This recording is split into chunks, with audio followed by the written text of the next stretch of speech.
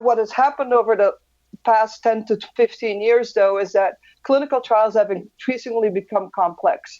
They've gotten slower, more costly, and basically they're in crisis. I think the cost of developing a clinical trial was recently put at about $2.6 billion by a study from Tufts University. So that's really a lot of money. And what's happening is, as I said, is protocols are increasingly getting complex. The same Tufts group has done studies in CNS trials. So the trials that Alzheimer's disease fall into are one of the ones that have become more complex than others, even at a faster rate. So what that does is that clinical trial startup times are getting slower than you'd like them to be.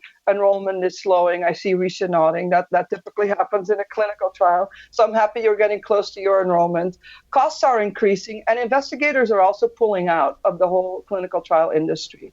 An additional thing that's happening that is going on still is that the public really is not aware of clinical trials in the way that maybe they ought to be.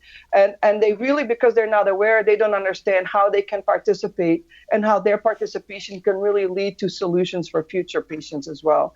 And it's really these movies like the Nova one that's being put out this week are critically important to sort of get that message out. So I'm really, really happy that that's in the news. And actually, clinical trials are even more in the news these days in that both the Congress and the House and the Senate are working on legislation to make clinical trials more efficient and bring medical innovation to patients even faster than what it is now. So all these problems I've mentioned really impact our increasing need for evidence. And really, we're at a point where we really need an efficient evidence gathering system because we really need to be able to evaluate these new drugs, biologics, and devices. They fall in the same category. We also need to figure out what the best practice is when a couple of drugs are on the market. At this point, it's very hard to figure out which one the best one would be for any given patient. And we have to also be able to do comparative effectiveness studies of diagnostics and therapeutic alternatives. So CITI was really founded to help solve or be part of the solution of creating more efficient and more quality-driven trials. And the way we do that is by creating projects. And our projects are really used to create empirical information around how clinical trials are done now, and then to find solutions on how to do them better. And our recommendations are multi-stakeholder, so we involve everybody around the table as part of the clinical research enterprise. We have patients, IRBs, industry, government and regulators are involved, academia is involved, and really everyone who has a stake in the ground with clinical trials is involved, because we believe that to be able to find a good solution, we have to listen to all the voices equally.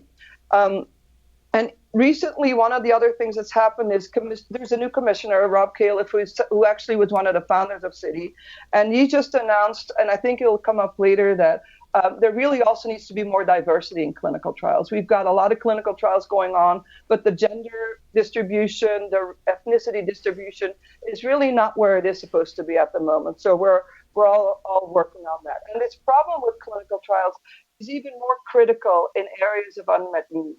And Alzheimer's, as Aaron mentioned and you all mentioned, is definitely an area of unmet need in where there's not really it's a condition where there's no real good treatment at the moment.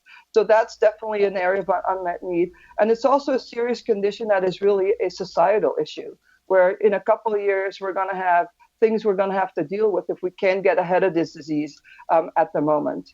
And so these improving clinical trials, in addition to creating pathways that are accelerated the way Aaron described, we also need to look at the clinical trials themselves and really try to figure out what is it we need to do to make them more efficient